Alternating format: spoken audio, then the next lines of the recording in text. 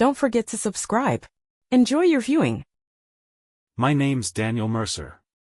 34 years old, software engineer by profession, and, until recently, I thought I had life all figured out. A decent career, a modest house just outside Portland, and a wife I adored, Rachel. We'd been together for 7 years, married for 5.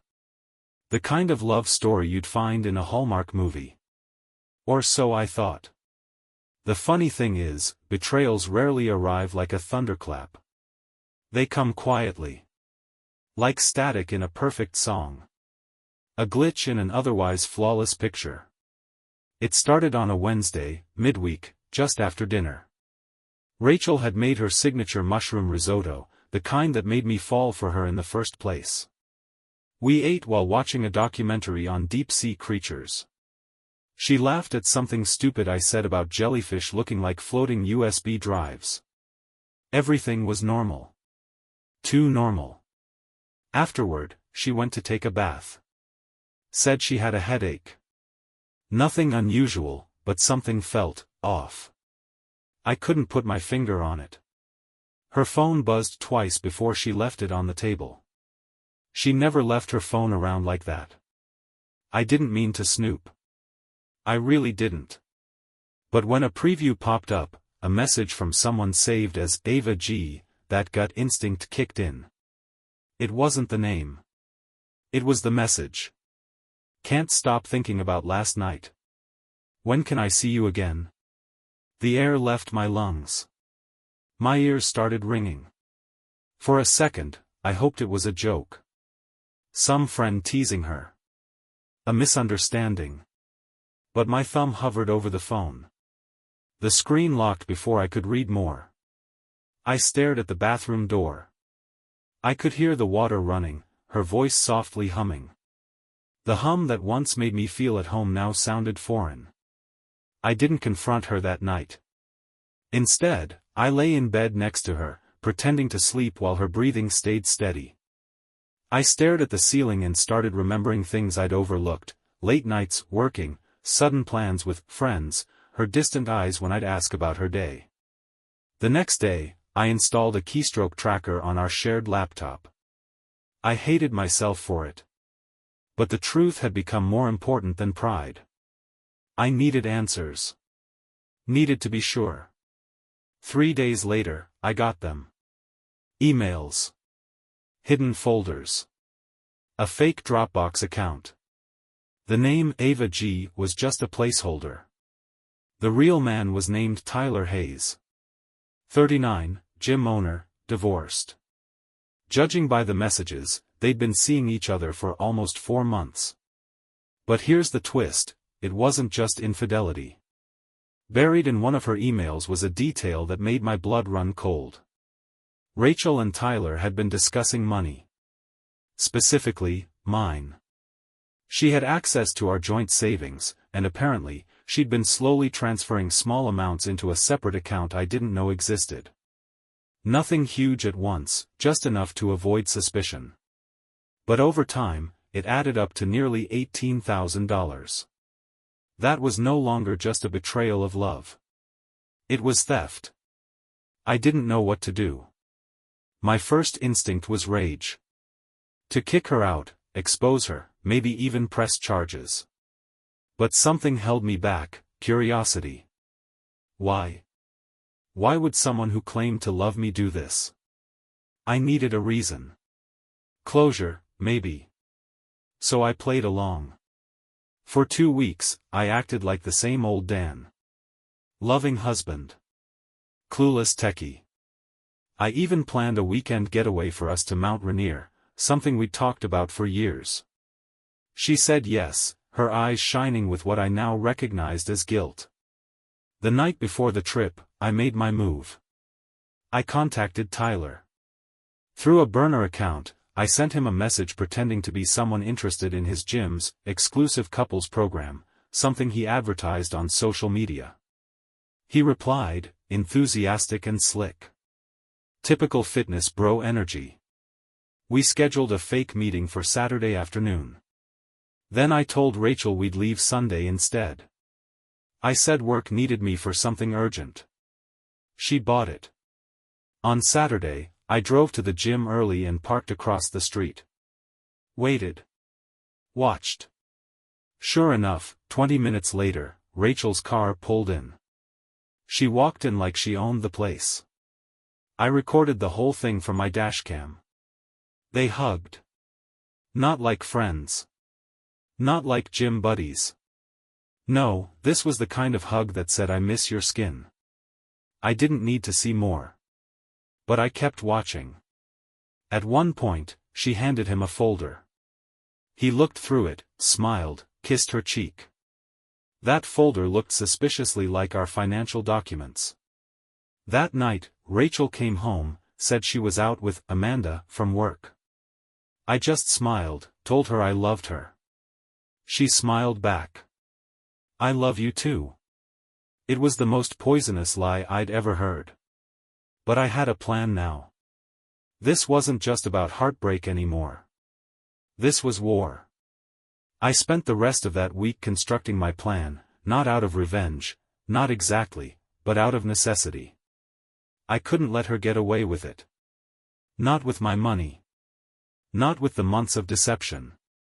And definitely not while pretending to love me every night, curling up next to me like nothing was wrong.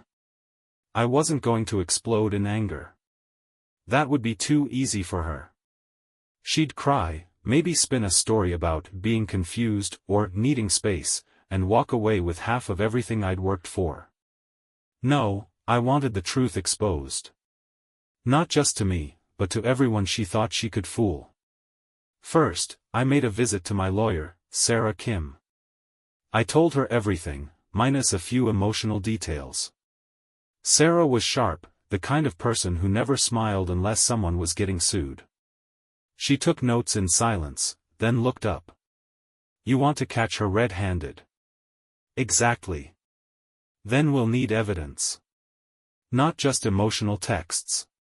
We need proof of financial misconduct, intent to defraud, and if possible, a witness. I already had part of that. But not all. So I did something I never thought I'd do. I invited Tyler over. Yes, that Tyler.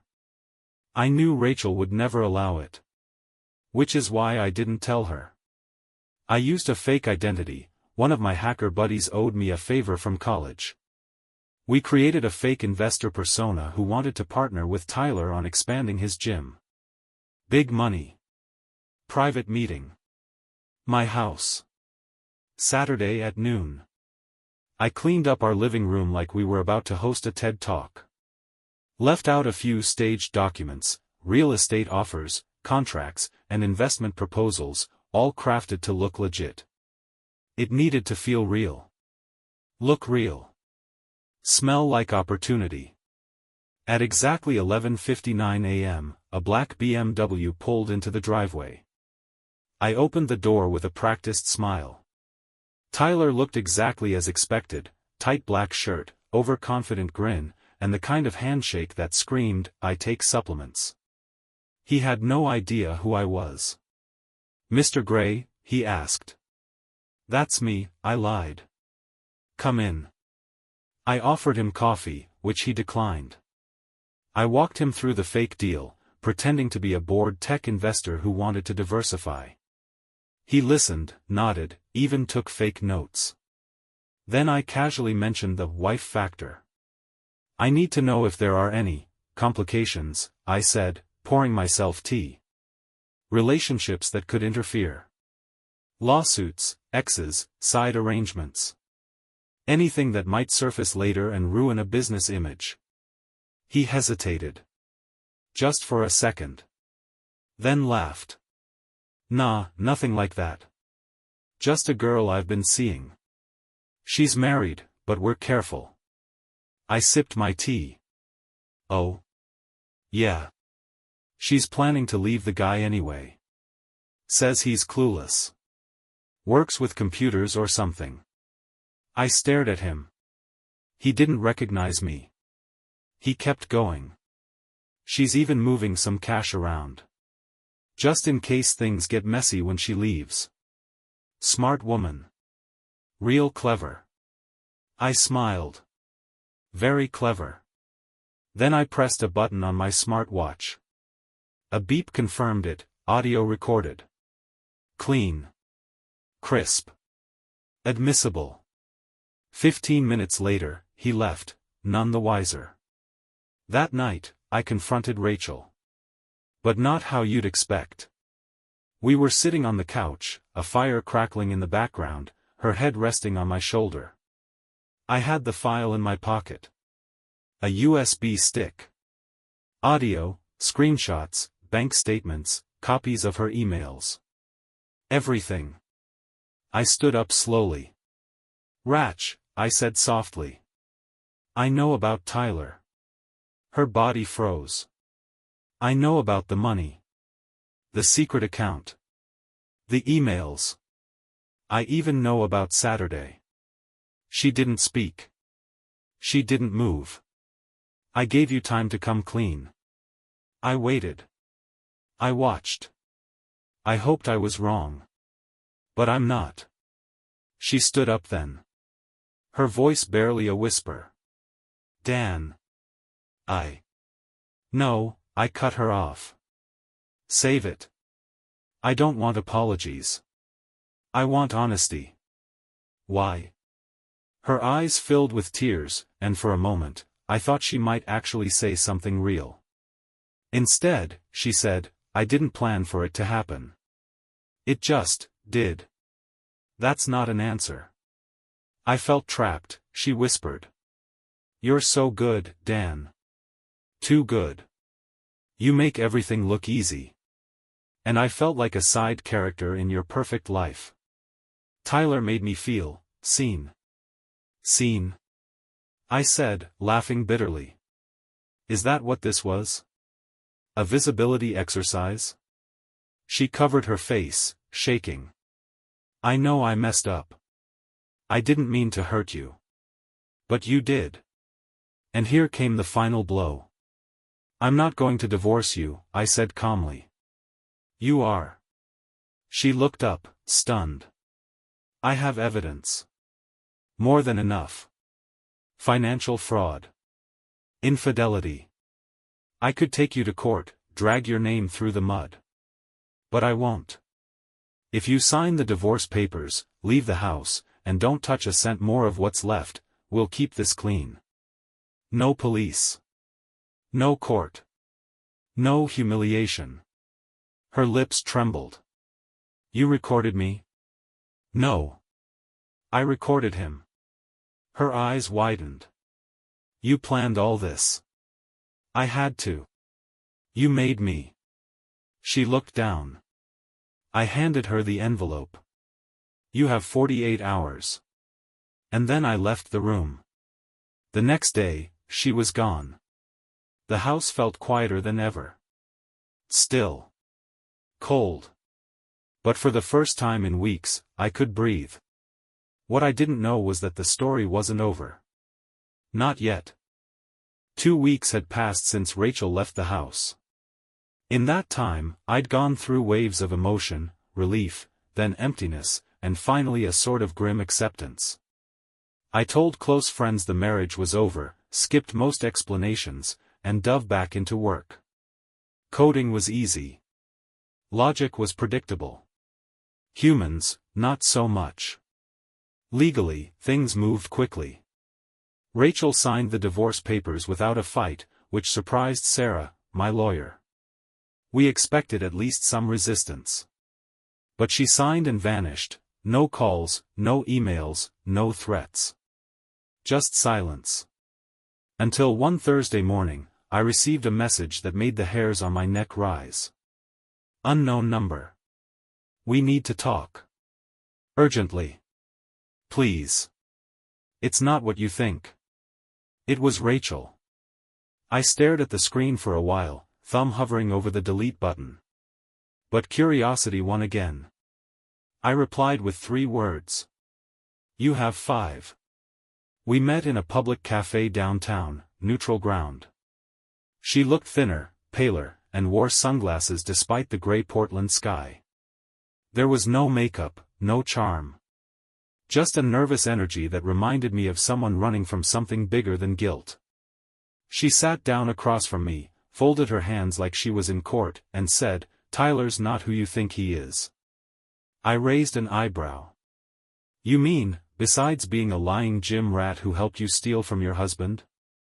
She didn't flinch. "No. I mean dangerous." I chuckled. "Everyone's dangerous when they get caught."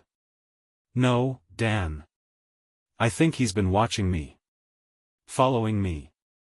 He showed up outside my apartment 3 nights ago. Said I owed him. That I ruined his opportunity." "And what opportunity was that?" "Ripping me off." Her eyes welled up. "I swear I didn't know how deep he was into this. It started as just attention. Something exciting. But he used me. Said we were gonna run off together, start a new life. He even made me transfer the money in small amounts so it wouldn't get flagged. You think I didn't figure that out?" She leaned in. "He has a record, Dan." I checked. Fraud, identity theft, sealed juvenile stuff, but still. He's not done. He wants more. And he knows where you live. I paused. She wasn't lying. At least, not entirely. "Why tell me now?" I asked. "Because I'm scared," she whispered. "Because I don't want anything to happen to you." It was the first time since this whole thing blew up that I saw a flicker of the old Rachel, the one I married. Or maybe that was just another mask. Either way, I couldn't ignore it. That night, I checked my security cameras. My front yard motion sensor had pinged twice over the last 3 nights, always around 2 a.m., too brief to catch a clear face. But the timestamps matched Rachel's story. I forwarded everything to Sarah, who recommended I file a police report. But without concrete proof, there wasn't much they could do. The next morning, I received another message. This time, from someone I hadn't expected to hear from. "Hey. I know we've never met, but I think we have something in common. Maya." Attached was a screenshot of Tyler's Instagram, him, shirtless at the gym, with Maya tagged in the comments. The caption? "Some people play games. Others build empires. I called her." Maya turned out to be Tyler's previous flame, or more accurately, his last victim.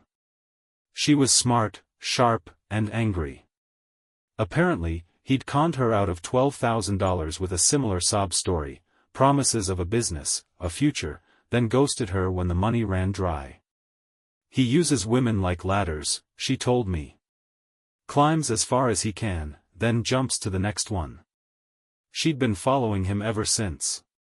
Quietly. Building a case. And when she found out what happened to me, she reached out. We met in person the next day. She brought a folder thicker than mine, photos, chat logs, financial traces. Names of 3 other women. One had even filed a restraining order. "What's your endgame?" I asked. "Exposure," she said. "The cops don't care until it's too late. But if we work together, we can bring him down." And just like that, I had an ally. We crafted a plan, not to trap him, but to document everything. We wouldn't break laws, just let Tyler's own arrogance do the job. Maya reactivated one of her burner profiles and lured him back in with the promise of a fresh investment opportunity. He bid immediately. Over the next week, we watched as he danced the same dance, late-night texts, flirty voice notes, empty promises. All recorded. Then came the final act. Rachel agreed to one last meeting with him, under the condition that I and Maya would be nearby, recording. She told him she was ready to move more money.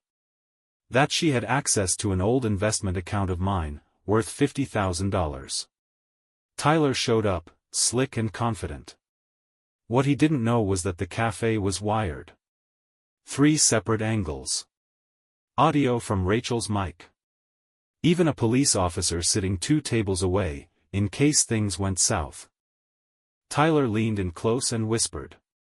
"One last hit, babe. Then we disappear. You and me." Rachel replied, steady as ever. "Smile for the camera, Tyler." His face twisted. "Excuse me?" I stepped forward, placing a flash drive on the table. Maya beside me, phone in hand. "That's every lie you've told. Every cent you've stolen. Multiple women. Multiple states." His fists clenched. "You think this'll stick? You've got nothing." Maya leaned in. "No, we have everything. And the police outside are about to have it too." He ran. Didn't get far. They caught him 2 blocks down. Back at my house that night, I poured a glass of bourbon and watched the city lights blink through the rain-streaked window. Rachel texted once. "Thank you. For trusting me. Even after everything." I didn't respond. Some things don't get a second chance. But maybe, just maybe, I'd found the start of something better, not revenge. Not justice. But peace. 3 months had passed. The world didn't stop after the chaos. It just moved on. Quietly. Slowly. Like healing bones. My house no longer echoed with lies. The bed felt larger, but less haunted. The silence, once oppressive, had become comforting. Tyler was behind bars, at least for now. Thanks to Maya's file and Rachel's recorded bait, the charges stuck: wire fraud, identity theft, and 2 outstanding warrants from Arizona. His smirk at the arrest had finally cracked when the cuffs snapped shut. As for Rachel, she vanished from my life like a deleted file: no calls, no messages, no drama. The only proof she existed were the legal papers filed neatly in my drawer. Divorce finalized. Assets returned. House in my name. And yet, she still showed up in my thoughts. Not as the woman I loved, that version of her died the day I saw the message from Ava G. But as a lesson. A shadow. A question I'd probably never answer. Why do people ruin good things? One evening, I found myself standing in front of the mirror in my bedroom. Same face. Same eyes. But something was different. There was less weight under them. I'd lost more than a marriage. I'd lost the version of myself that thought love meant blind trust.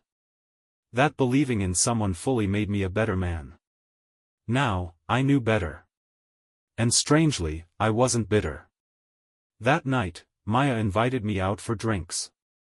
We met at a rooftop bar in downtown Portland, one of those hipster joints with exposed brick, Edison bulbs, and overpriced cocktails named after philosophers.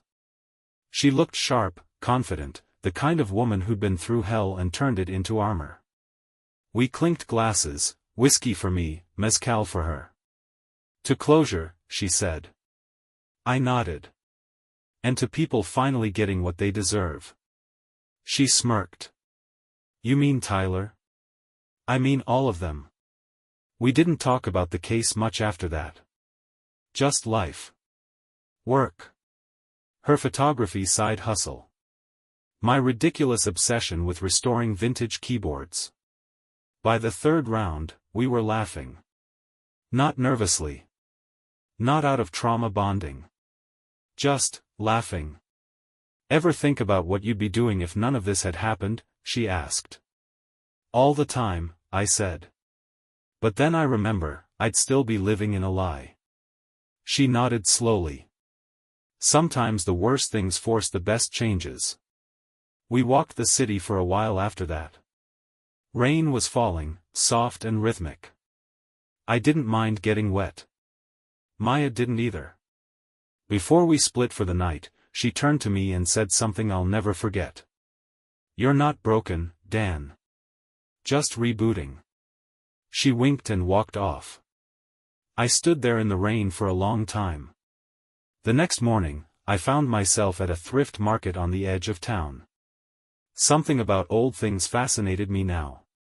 They'd been used, loved, abandoned, and yet still stood strong. Like survivors. I picked up a dusty chess set. Wooden, hand-carved, missing a pawn. The seller smiled. "You play?" "Used to," I said. "But I'm thinking of learning again." He gave me a discount. Back home, I cleaned the pieces, one by one. When I got to the king, tall, scarred, but upright, I paused. There was power in the way it stood. And suddenly, it hit me. This story wasn't about betrayal. It was about awakening. Rachel had lied. Tyler had manipulated. But in the end, I had made the choice, to stand, to fight back, to rebuild. I wasn't the victim of their story. I was the author of mine. Weeks turned to months. The seasons shifted. Portland dressed itself in red and gold. I started hiking again, something I hadn't done in years. The solitude of the trails gave me space to breathe, to think. Sometimes I went alone, sometimes with Maya. Nothing romantic yet, just two people who'd seen the same storm and walked out soaked, but alive. One afternoon, near the summit of Dog Mountain, I sat on a rock overlooking the Columbia River. I pulled out my phone. No signal. Just silence. I smiled. Maybe the best messages are the ones you don't get. I looked out over the landscape, wind brushing my jacket, heart beating steady. A clean slate. A clear sky. A future unwritten. And for the first time in a long, long time, I didn't feel broken. I felt ready.